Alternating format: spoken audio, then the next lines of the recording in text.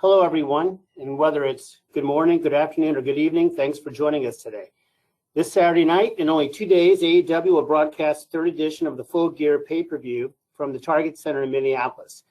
As you may recall, Full Gear a year ago was held in front of a limited, socially distanced crowd at Daly's Place in Jacksonville, and it rocked nonetheless. So this Saturday, now in front of a full house at the Target Center, you can expect more of the same.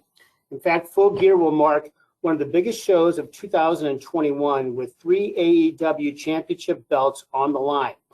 Darby Allin also takes on MJF, CM Punk versus Eddie Kingston, Bryan Danielson versus Miro, a Minneapolis street fight, and other can't-miss matches. So with that, it is now my honor to introduce AEW CEO, GM, and Head of Creative, Tony Khan, who is here for the next 45 minutes or so to answer your questions. I'll turn it over to Tony now for some opening thoughts, and then we'll open the lines for your questions. Tony? Hey everyone. I really look forward to your questions, and I don't want to take up too much of the time so everyone can get them in. I'm very much looking forward to the pay-per-view this weekend, and thank you all for participating in this call and helping us spread the word about AEW and Full Gear. Fantastic. Well, thanks, Tony. So here we go.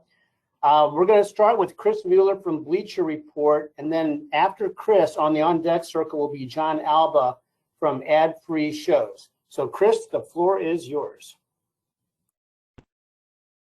Thanks. Hey, Tony.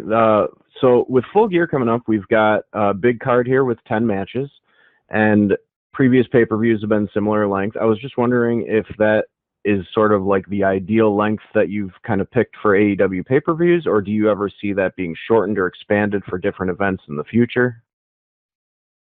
Well, it's a great question, Chris. For the big 4 AEW pay-per-views, I think we found a great length that works very well for us.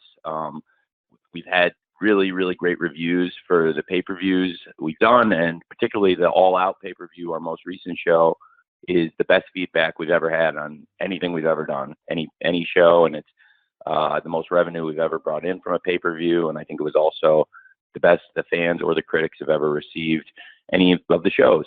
So I really like the format and length of the shows, the 4-hour main card plus the buy-in with a pre-show match or two.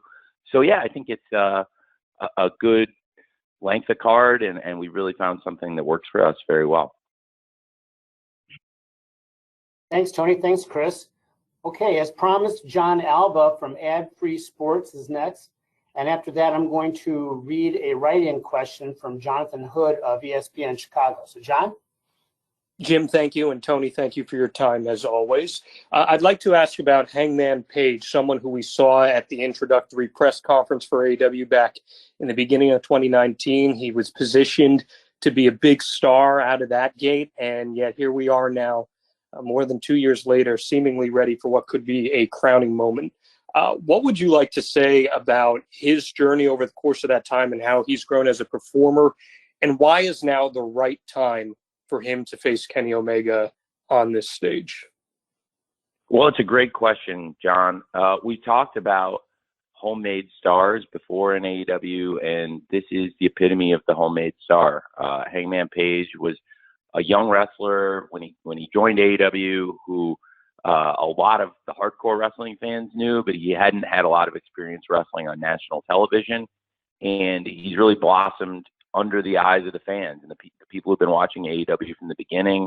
And we've been really blessed to have a great audience that stuck with us from when we first launched Dynamite in 2019. And there's all these fans that have seen Hangman grow. He actually got the very first shot at the AEW title. He and Chris Jericho, Hangman and Chris Jericho, wrestled in the first ever All Out main event. They had a great match. And then we've seen Hangman grow so much as a wrestler from when he debuted. Obviously, we, had big plans for him. I thought really highly of him since he first came in, and have always believed he's a top wrestler. Now here he is again, getting another opportunity at the championship, and it's a very different company and it's a very different situation. There's so much history between Kenny and Hangman. They had a great partnership. It was something I felt really strongly about from the beginning of AEW, that I really believed in Kenny and Hangman together as a team and what we could build from it. And here we are, and we're still it's still, bearing the fruits of our labor. So I really have always believed in Hangman Page, and I've also really believed in Kenny Omega, and that there's something special between the two of them at first as a tag team. On our third ever Dynamite in Philadelphia, we did a match. It was Kenny Omega and Hangman Page versus Jon Moxley and Pac, and that was the first time Kenny Omega and Hangman Page had ever teamed. And I liked it a lot. The match did a really good number, and they kept teaming. And there was so much story. I mean, they had so much chemistry, and then they had this amazing match against the Young Bucks at Revolution, and we just saw they had an amazing chemistry as a tag team. Yet there was something between them where you could immediately tell that someday it was going to be an amazing rivalry between Kenny Omega and Hangman Page. And then they had an amazing match at Full Gear last year, and as Jim said in the introduction to the call, Full Gear last year was held at Daly's Place in front of a physically distanced, limited crowd. But at the time, there was nothing like it in North American pro wrestling. There were about 1,300 fans at Daly's Place at about 25% capacity, outdoors, socially distanced. So we did those shows, as you've all heard me say many times. It was like a drive-in movie where each group of fans had their own pod, and they had their own seating section outdoors, and we found a way to bring outdoor wrestling and live wrestling back, and it was the only place on TV worldwide really where the fans could see that kind of wrestling, with the fans cheering and going crazy. And what a match it was at Full Gear. Kenny Omega and Hangman Page last year in the finals of the Eliminator tournament to get a shot at the world title. And then from there, Kenny Omega won the world title, and he's closing in on 1 year as the world champion. He is our longest reigning champion, and the company has grown and evolved so much with Kenny as the champion, and he's had so many classic matches already in this run, and I'm very excited for their match. And I think for Hangman Page, it's hard to talk about the story of Hangman Page in AEW without talking about also the story of Kenny Omega. And that's one of the reasons why this Kenny Omega versus Hangman Page match is one of the most anticipated matches, I think, ever in AEW. The character of Hangman Page, I think the fans have grown to love him more. On January 1st, 2020, we saw kind of a more vulnerable side of the Hangman character for the first time. To be honest, on BTE, I watched the BTE show, and the guys do great work on it, and they come up with really funny stuff. And a lot of times, if I see something on BTE that I really like, I'll say I want to use it on Dynamite. And a great example more recently of that is the John Silver, Adam Cole stuff. I saw that on BTE. I thought it was great, and I was getting over it. I wanted to use it. And really, John Silver himself, a year ago, I saw John Silver doing all this stuff on BTE, and it was like, hey, like, you're doing all this amazing stuff on BTE. I think, I think you should be doing this on Dynamite. I'm very impressed. And, really cut back to 2019, a year earlier, I had seen Hangman Page drinking on BTE and doing a character, and I thought his acting was great, and I thought the character was great, and it showed a more vulnerable side of the Hangman and made him, I thought, really a flawed hero in many ways. And I think it has made him connect more with the audience, and I think it's worked really well, and it was a big part of the story. And then people were, ready to see him come back from the lowest lows and get some redemption. But it's a great story because there's something in front of him, an obstacle that certainly he's never conquered and nobody's been able to conquer. So I think everybody's really looking forward to seeing what's going to happen at the pay-per-view between Kenny and Hangman. Thanks, Tony. Thanks, John. I'm going to read a question here from Jonathan Hood from ESPN Chicago. Tony, Jonathan would like to know, how likely is it for you to have pay-per-view events in California or other Pacific/Mountain time zone cities in the future? After Tony answers that, we'll be calling on Sean Ross Sapp from Fightful. Tony? So, thanks, Jim. It's a great question, Jonathan. And we are coming out to the West Coast next year, and Double or Nothing. I'm sorry. I feel pretty safe about saying it now. I think it's been, it's been difficult not being able to travel as much as we would have liked. And right now in 2021, we're making up a lot of dates that were shows we had scheduled in 2020 and had never done. Like in April 2020, our whole slate got canceled at the beginning of the pandemic outbreak, and it was a run of shows we had of Milwaukee, St. Louis, Boston, Philadelphia, and Houston, and all 5 of those shows we just did very recently here in the past couple months. So we are now just getting kind of caught up on pre-scheduled dates. We are going to service our great fans on the West Coast in 2022, and I am planning for Double or Nothing to return to Las Vegas in 2022, and we'll also, I think, do Dynamite and Rampage while we're on the West Coast, and I would really look forward to that and bringing Double or Nothing back to Vegas, although it was also great having Double or Nothing in Daly's Place this past year and all the events in Daly's Place. They were such a great home for us, but I'm very excited to go back to Vegas also. Thank you, Jonathan. So next up will be Sean Ross Sapp from Fightful, and following Sean will be Ella J from SE Scoops. Sean? Hey, Tony, there have been a lot of questions regarding Ring of Honor due to some unfortunate news we heard about them taking some time off and maybe the company looking completely different.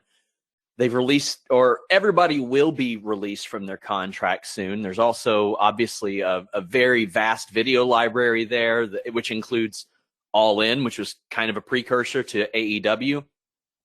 Who knows if that's even for sale right now, but is there any interest on your part in pursuing that or any of the talent that is going to be available there? Because there's quite a bit of it.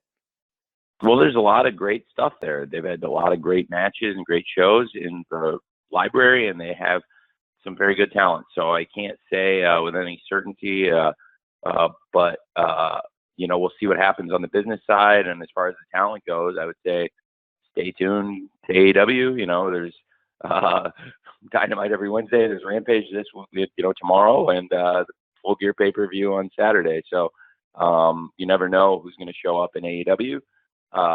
And as for the business side of it, I'm good friends with a lot of people in the company of Ring of Honor, and actually the agent that represents him is my neighbor in LA. He lives like down the block. So and he's a friend of mine. So I am very familiar with what's going on there, but I can't say with any degree of certainty what will happen on the business side. Thank you, Tony. Thank you, Sean. Ella J from SE Scoops is next, and following Ella will be Nick Hausman from Wrestling Inc. Ella? Hi, Tony. How are you? I'm well. How are you? I'm fantastic. So I had a women's wrestling question for you. Great. So obviously the bar, I think, has been really raised this year with a lot of all-women shows and main events taking place. But does AEW have any plans or hopes to contribute maybe an all-women's event of their own sometime? So I'm gonna cut off your question right there because I don't think I get enough credit for what I did for the NWA show, because a good number of the people who wrestled on the NWA show were wrestlers I sent and paid. And so I do think I contributed, because the highest paid wrestlers on that show were actually the people I paid separately from what they already make in AEW to go wrestle on that show. And I don't think they did a very good job of telling people that, honestly. Even though it wasn't like the deal we did, I wish they'd told more people that, because that was one of the points I made when we closed it. Was I think it would be nice if you told people that I'm paying the wrestlers coming, because that is a big contribution for me. Does that make sense? Yes. Okay. So I did pay the wrestlers for that show. So I was like, it's like kind of like when you pay for a dinner and nobody thanks you. So like that was one thing. So I have really been making a big effort this year to grow and improve our women's division, and I think have made I think a lot of strides with our women's division this year as a company. We've added big free agents, and I'm really excited about what's happening with the TBS tournament right now. Among the big free agents we've added are Thunder Rosa, who came over from the NWA, of course, and Ruby Soho. And Ruby Soho coming over, it's interesting because I had a great conversation with her a couple days ago. She's in the TBS Championship tournament, and she's been in a lot of tournaments, and she's wrestled all over, as you know. And I was talking to her about the tournament, and she's not a BS person. Like Dory, Ruby Soho, is the ultimate straight shooter, and she loves this tournament. She was saying she's never been in a tournament like this. She loves all the story in it, because if you look, like, there's story building with her and Chris Statlander, and they didn't really have a rivalry, but they've been doing the promos on TV, and we've seen that there's been a couple of situations where they've helped each other out. Chris had Ruby's back, and then now they're even, and Ruby doesn't owe her anything anymore. And really, I'm excited very much for Jade versus Red Velvet. I'm very excited for Sheeta versus Nyla Rose. And of course, we've seen a lot of great build, including last night's Dynamite, towards Thunder Rosa versus Jamie Hayter. So I have been and am trying to actively make big strides in women's wrestling. And as far as a lot of the stuff that has been happening in the all-women shows that have been happening other places, I actually have made great contributions, including financial contributions, which I think they could have done a better job of telling people about, honestly, if that makes sense. Thanks, Tony. Yes, Thanks. makes sense. Thank you. So next up is Nick Hausman from Wrestling Inc. And thereafter, I will have a write-in question from Sebastian Diaz from Over the Top Rope Wrestling in Chile. So, Nick, you're up.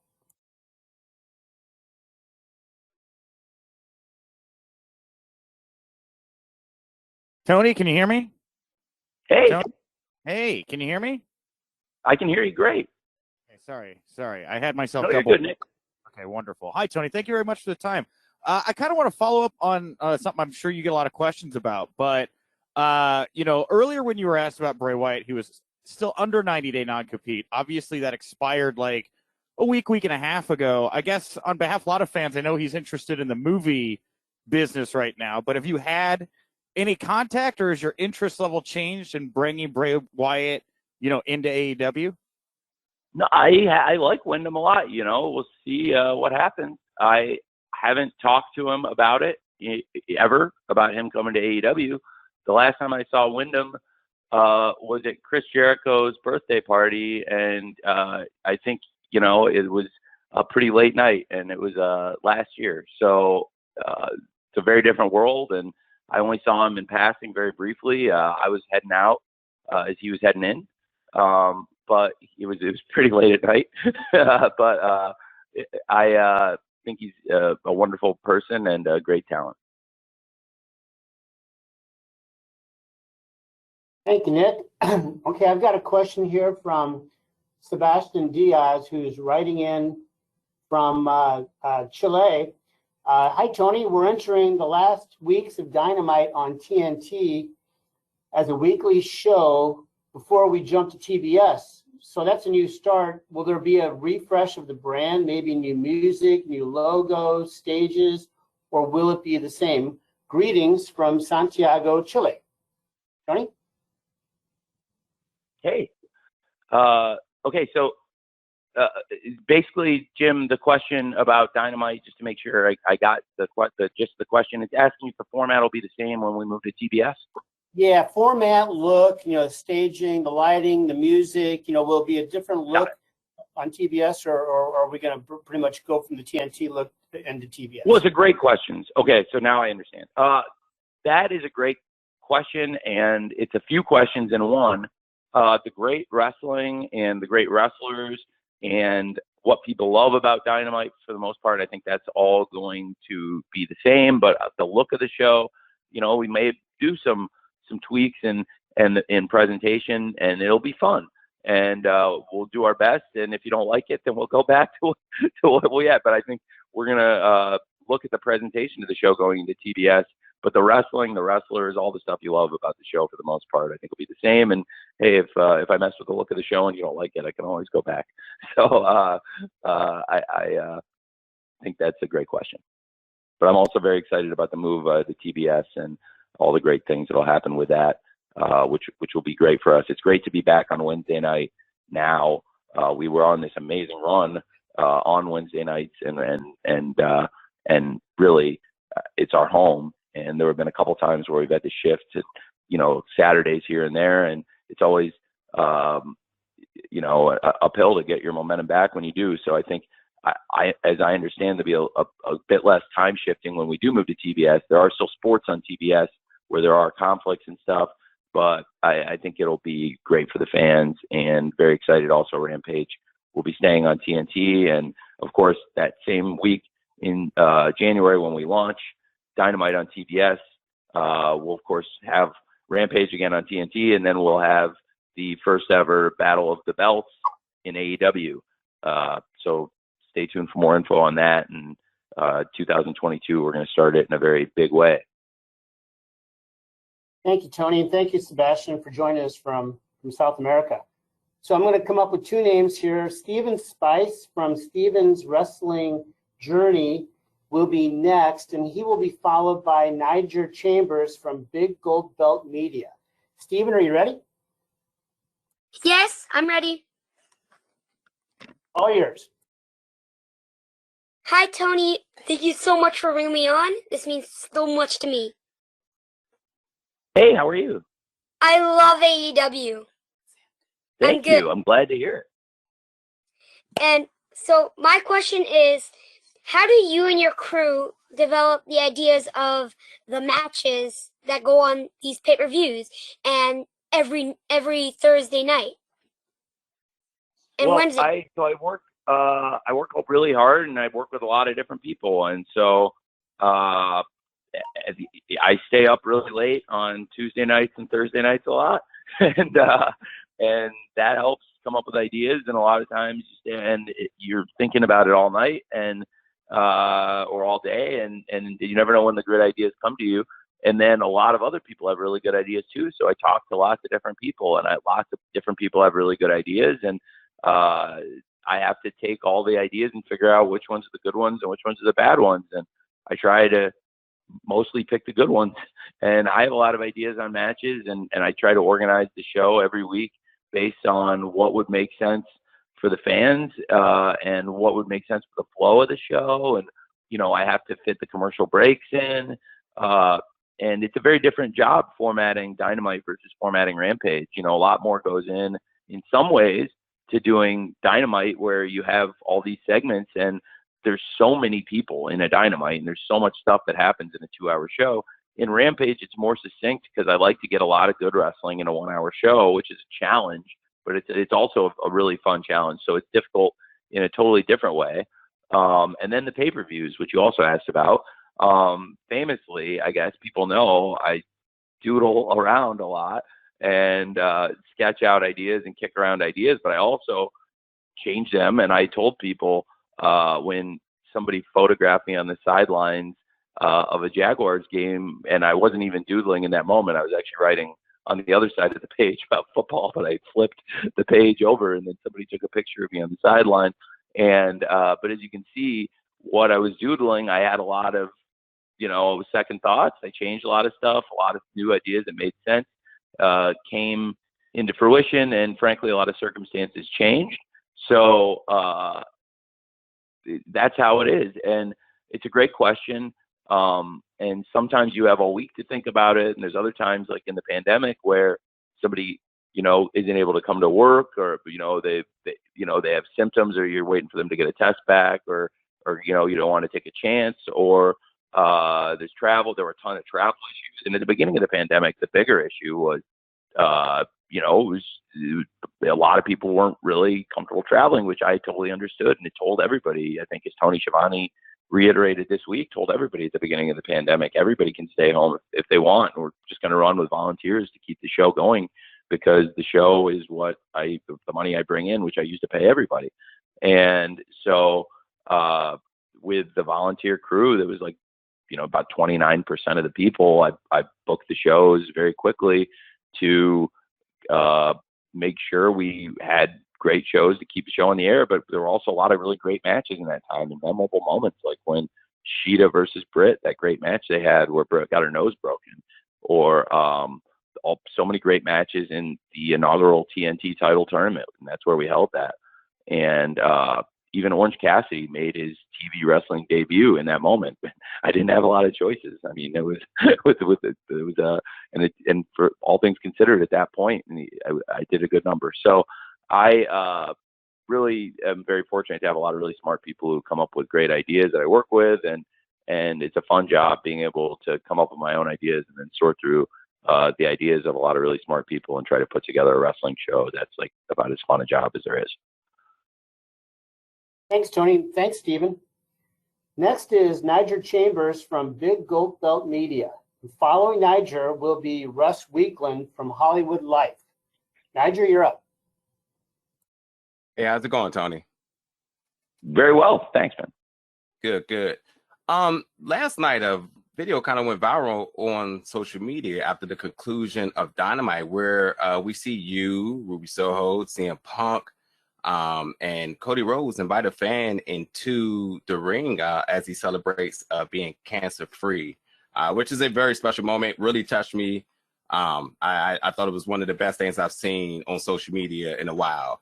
Could you talk a little bit about how does moments like that happen? How do you connect with the fans and be able to have that type of connection and outreach in such a quick moment to make these moments happen? Well, I love booking when it's fun stuff like that and you're not worrying about booking for ratings. So that's like the fun side of booking. So I was in Gorilla, and during a commercial break, we were doing the thing where it was Pac versus Dax, and we were in commercial before the main event match, and then we had the contract signing for Kenny versus Hangman after that.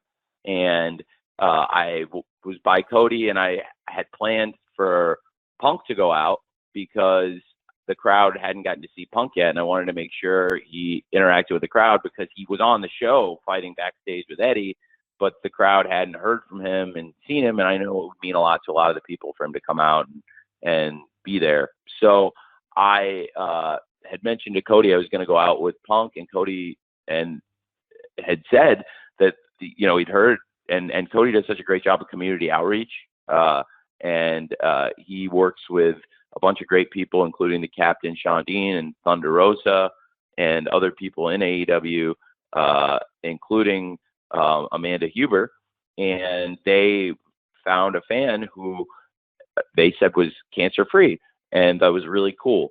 And so I said, all right, well, that's what I'll do is I'll bring out Cody, and then I'll bring out CM Punk, and then Punk told me, reminded me really that this is Ruby's hometown, and he said, why don't I bring out Ruby then too, and that's another pop, and that'll be great. And I was like, yeah, that's a great idea, we'll definitely do that.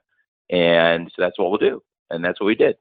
So that is, like I said, when you're not booking for ratings and it's easy stuff like that, that was just a fun thing. So that's literally how it all came together. And it was really nice to meet Joe. And I think hopefully it was a good moment for Joe, and also just try to make it a nice moment for the fans in Indianapolis, and also for Ruby because it's her hometown. And, she's a big star, and we want to treat her like a big star. And it was cool for her to have that moment. Thank you, Niger, and thank you, Tony.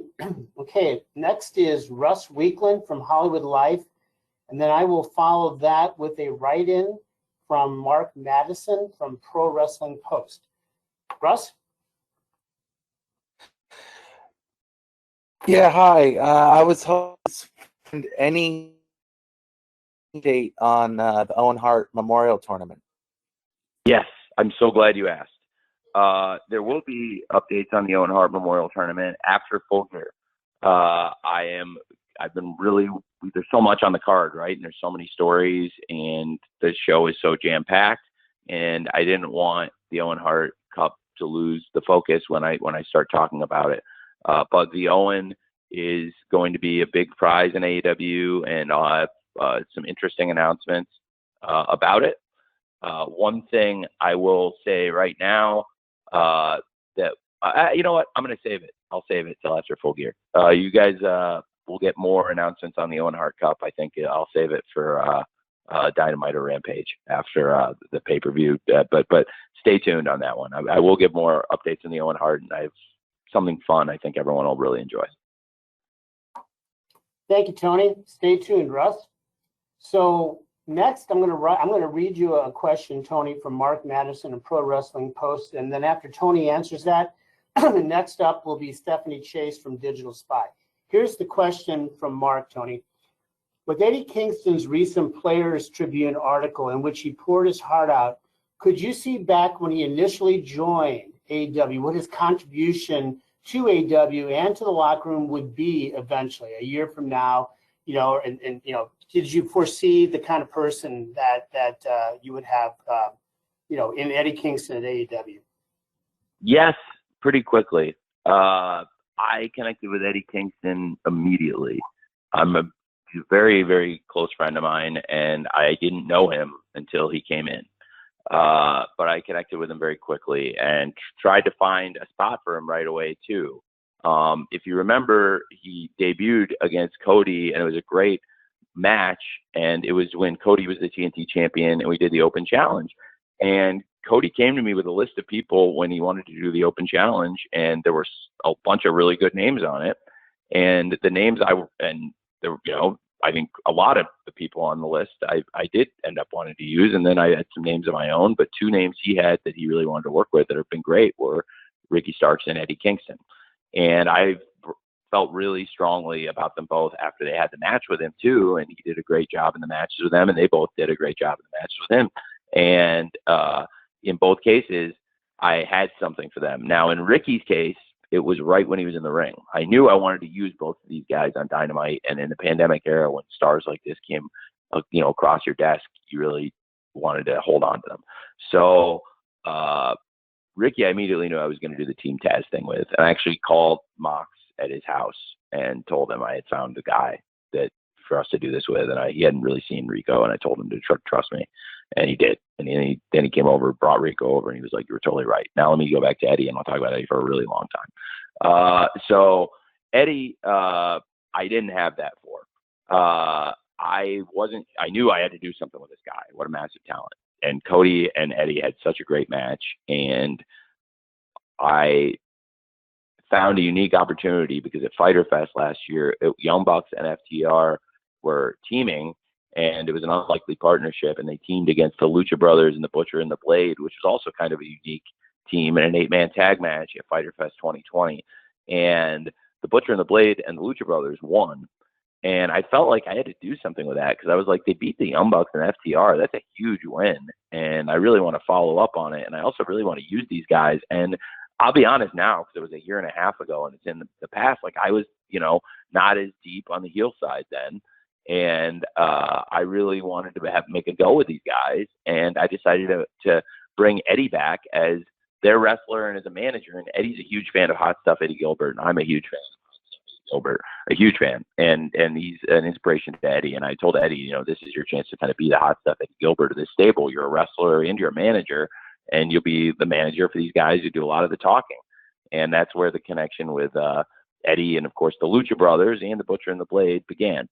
And then going into All Out 2020, the build, if you remember, was kind of a unique heel-heel build. And some people say heel-heel doesn't always work. I think one of the best examples when I was a kid would be the Horseman versus the Midnight Express, Arn and Tully versus the Midnight Express, which was a program that had never really got going as much as it could have. It was really drawing money, and then all of a sudden Arn and Tully were gone and became the Brainbusters.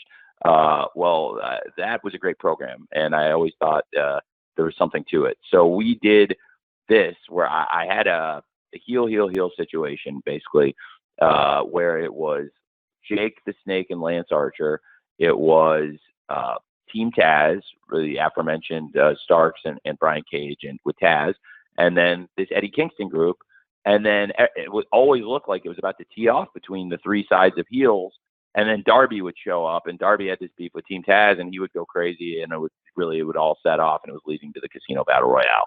Well, I felt really strong, and Eddie had just gotten to the company, and I had the last two guys out there be Lance Archer and Eddie Kingston, and it was this disputed finish in the end, which wasn't even exactly the way Eddie went through the ropes, wasn't even exactly how we originally laid it out, but it actually worked out even better.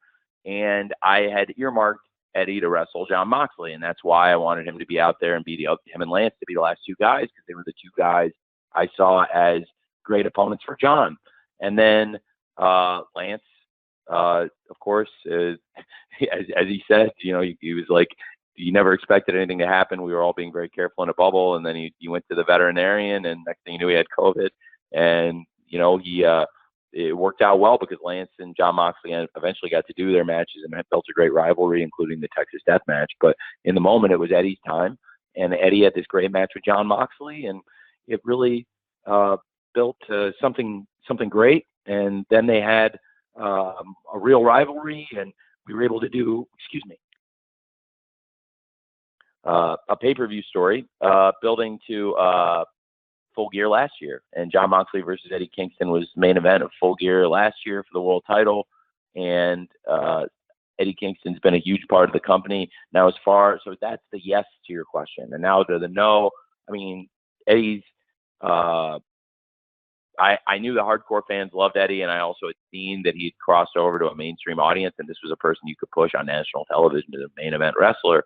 But I don't want to undersell how far he's come in the past year or two, and also how far he's come outside of the ring, because I knew Eddie had some struggles, but getting to know him more in the past year, I've learned more and more about it and how far he's come. And the people who knew him before I did tell me, like, you wouldn't believe how far Eddie's come, like, if you knew him back then. So yes and no, but as a wrestler, really, since he got here, I've always believed in him, and I'm not surprised at all how well he's done. And I absolutely believed in him to put him in, on a pay-per-view in such a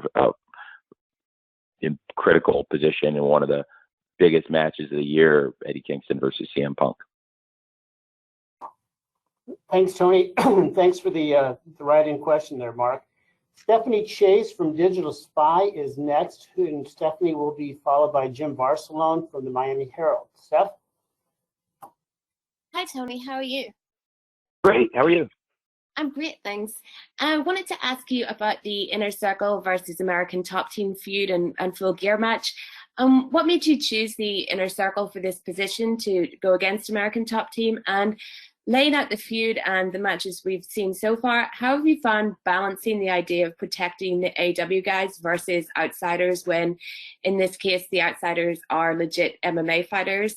And if I can sneak in another one, Paige Van Zandt has been so great. Have you spoken to her at all about eventually wrestling?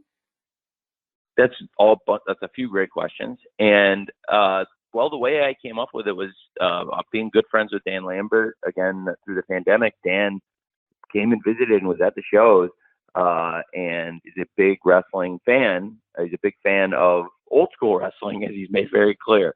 And he's also a big fan of modern wrestling, and he's a really intelligent person. And he had in his stable an American Top Team in his camp. He's got some of the best fighters in the world. And the idea for Inner Circle to be their opponents, I had gone to Chris and I told him, I think there's something really here, and maybe I'm crazy, but Chris totally agreed. And it's funny because I've seen all these arenas with all this heat, and now looking back on it, it's amazing how far it's come. And we've been at Arthur Ashe Stadium and big arenas across the country, and wherever we go, Dan gets insane heat, and the American Top Team get booed, and people love Chris Jericho in the Inner Circle. So it's I think it's a great pairing, and it's produced some of the loudest reactions from the fans we've heard in a long time. And I think people are having a lot of fun with it.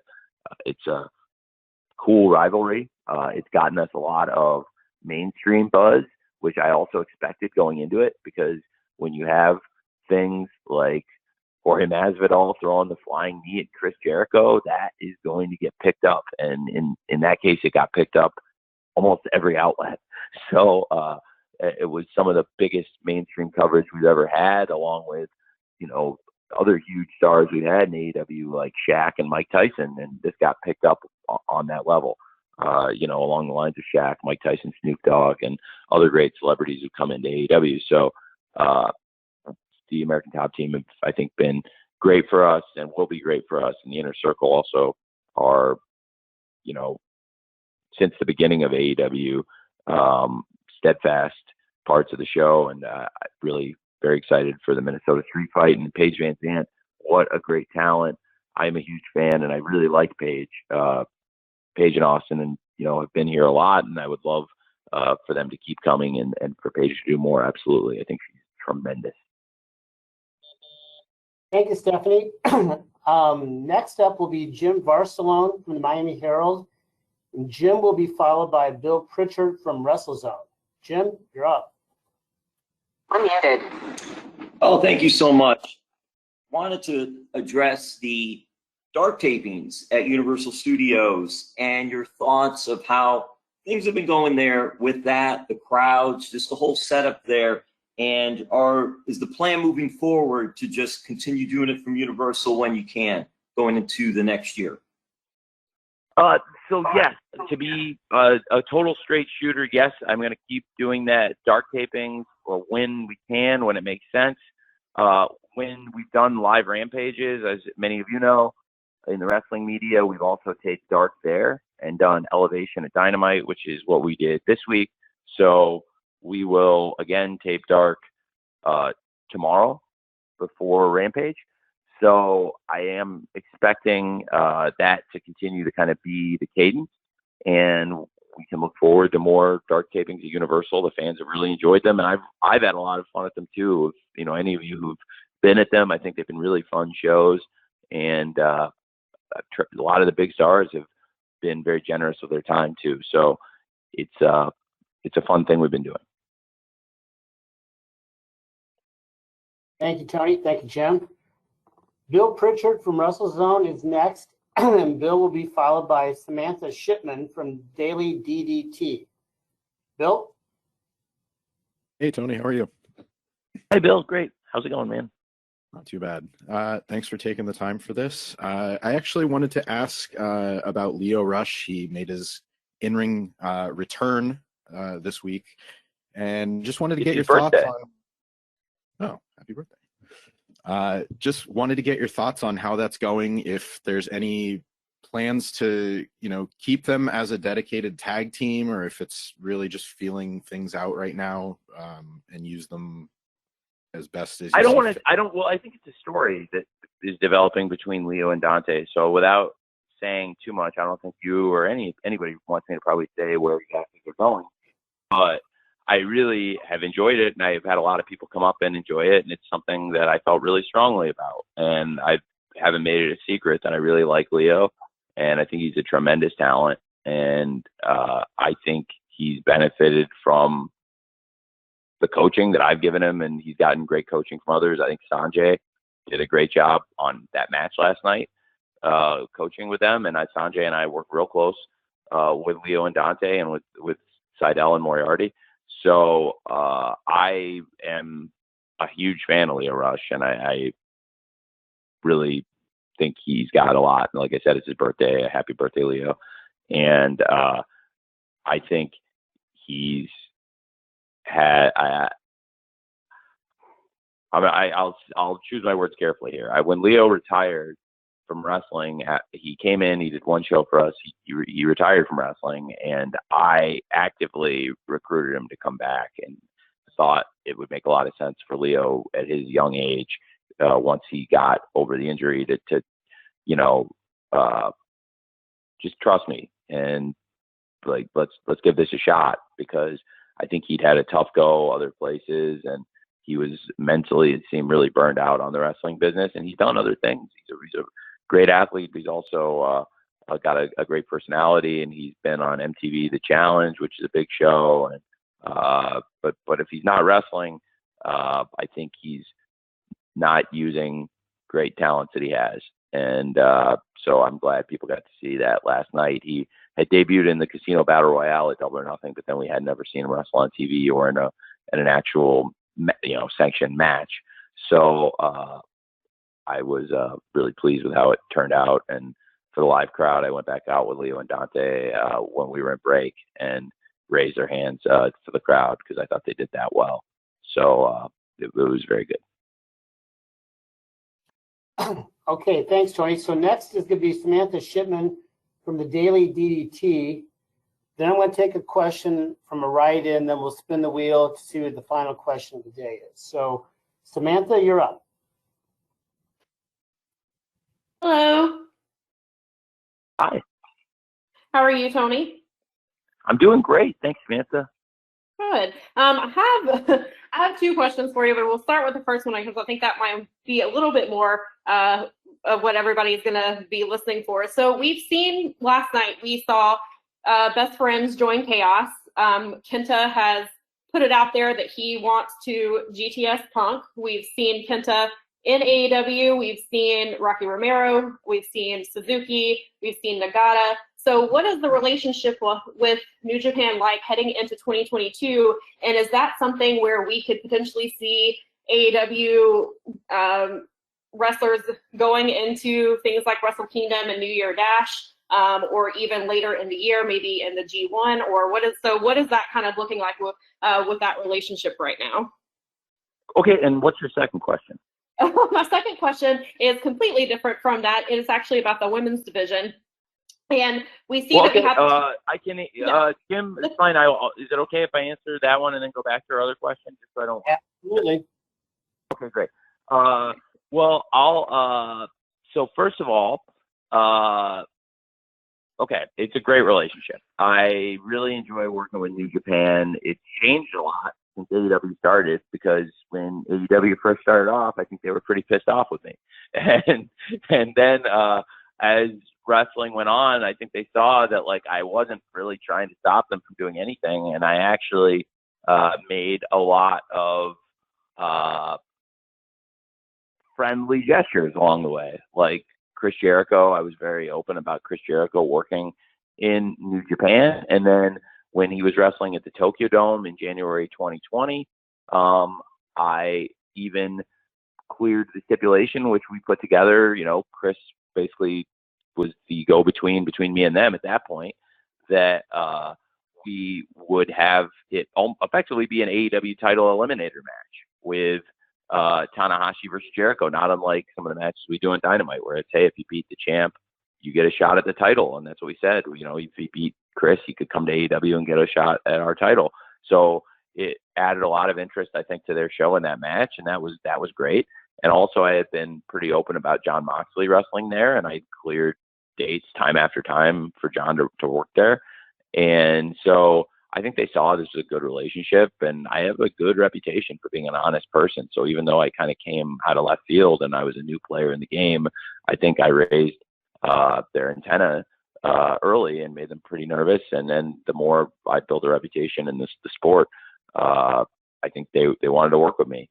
And so now I talk to them on a regular basis, and we put matches together, and wrestlers from AEW go there. And as you said, I mean, you said it yourself in the question, I don't have to name all the different people that have come through from New Japan to AEW, but you've given a good list to start with of a number of people. And there's more, I think, in there, and there's probably more to come. So there's a lot of things we can do. And I'm a fan of a lot of their stuff. I was really pleased how many fans loved the Roppongi Vice theme last night, because I felt really strongly they should come out to the Roppongi Vice theme. I thought it would, for the fans that do like both shows and have watched both shows, you know, people remember the Trent and Rocky team. So if Orange and Rocky are coming out, it makes a lot of sense. Plus, I mean, it doesn't hurt in terms of building anticipation for Trent to come back, which I'm looking forward to. I'm a big Trent fan.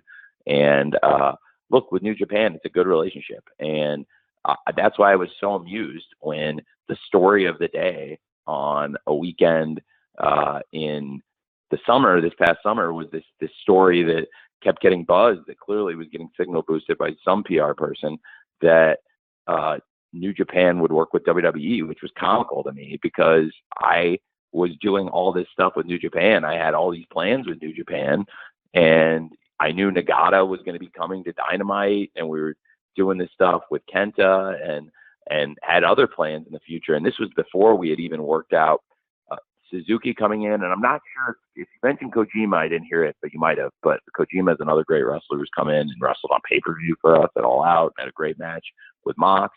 So I've really liked working with them, and I had this close relationship with them.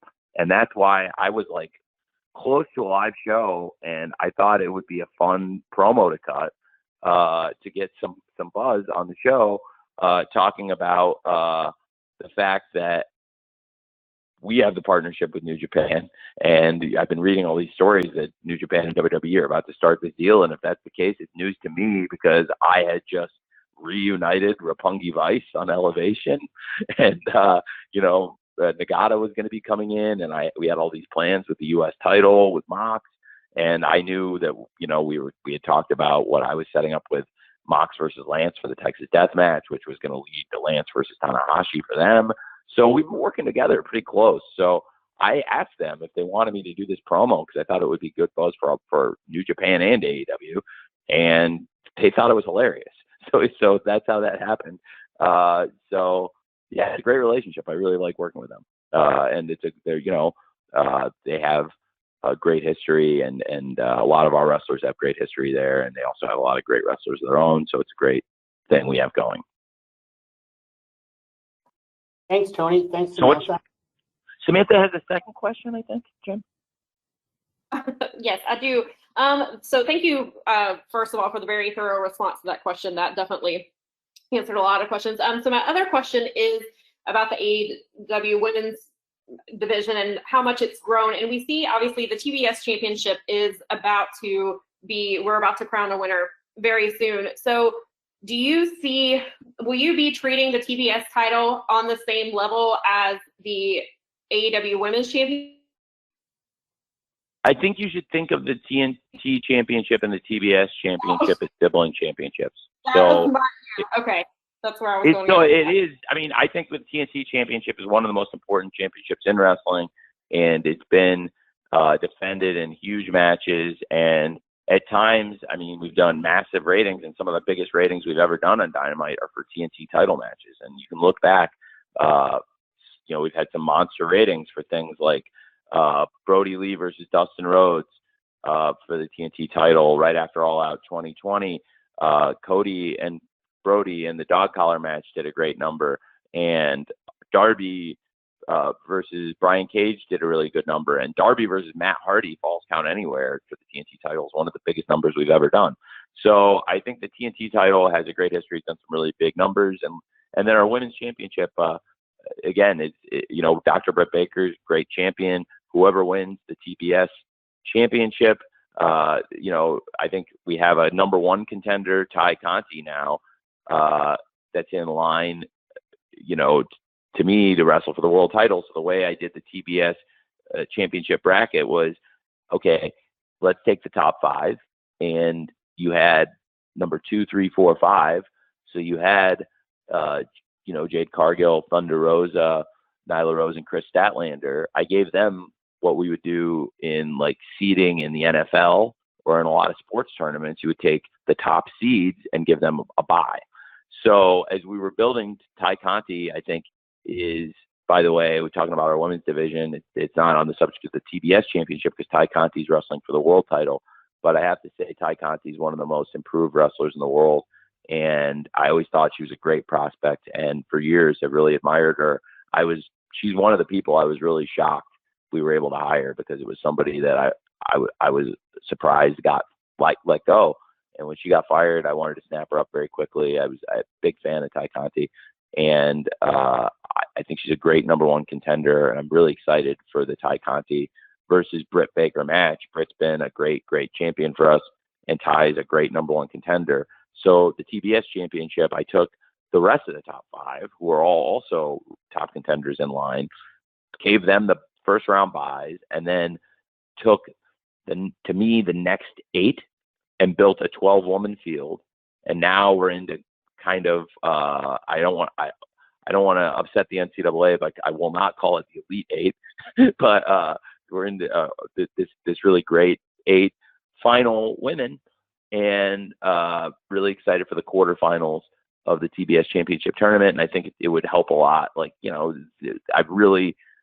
a huge believer in the TNT championship. I really love the title. And I think Sammy's one of the pillars of the company, and I'll have great matches to come. And I just think that if you could think of it as like the sibling championship, it'll be treated very similarly. Okay, thank you, Samantha. Thank you, Tony. Okay, I've got one write-in question, and we've spun the wheel in the last few minutes here. So Garrett Martin from Paste Magazine will ask the last question after I ask Tony this write-in question from Daniel McMahon Young of Gatekeepers. Tony, his question is, with AEW having such a diverse fan base, what do you think has been AEW's biggest strength in attracting non-traditional wrestling audiences in the last 6 months or so? It's a great question, Jim. Well, I think wrestling speaks to everyone, and I don't think you have to be great at sports, but you can be. And I think like wrestling brings lots of people together, because when I was a kid, like wrestling was kind of the intersection of, and I'm just speaking from my own experiences as a kid and as a fan before I was like a wrestling promoter, booker, or executive. So I've seen wrestling bring really diverse groups of people together, people that are, you know, jocks, and people that don't play sports at all, and people that are really into music, or people that are into art. And it's just an intersection of a bunch of really unique communities of people. So when you bring in people with unique interests, like, you know, as I've said, whether it's music or sports or something completely different, you will get all kinds of different people. And so, and wrestling's also not like some sports where it's only popular in one part of the world.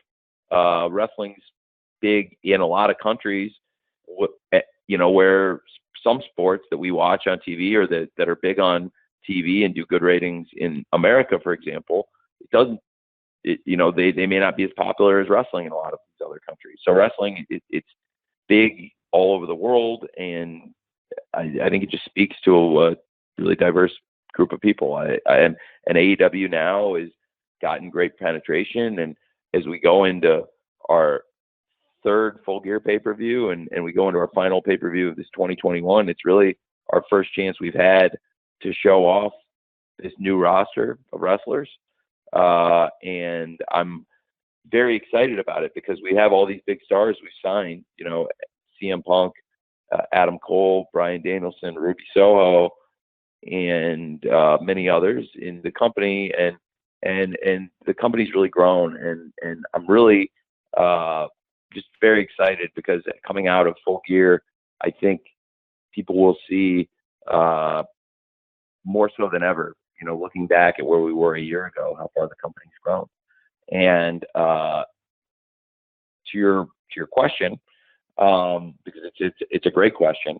I think also, you know, trying to add AEW in more countries, trying to expand our TV. You know, we've got Dynamite on a lot of places now, getting Rampage on more places, and making our pay-per-views available on different countries, on different platforms.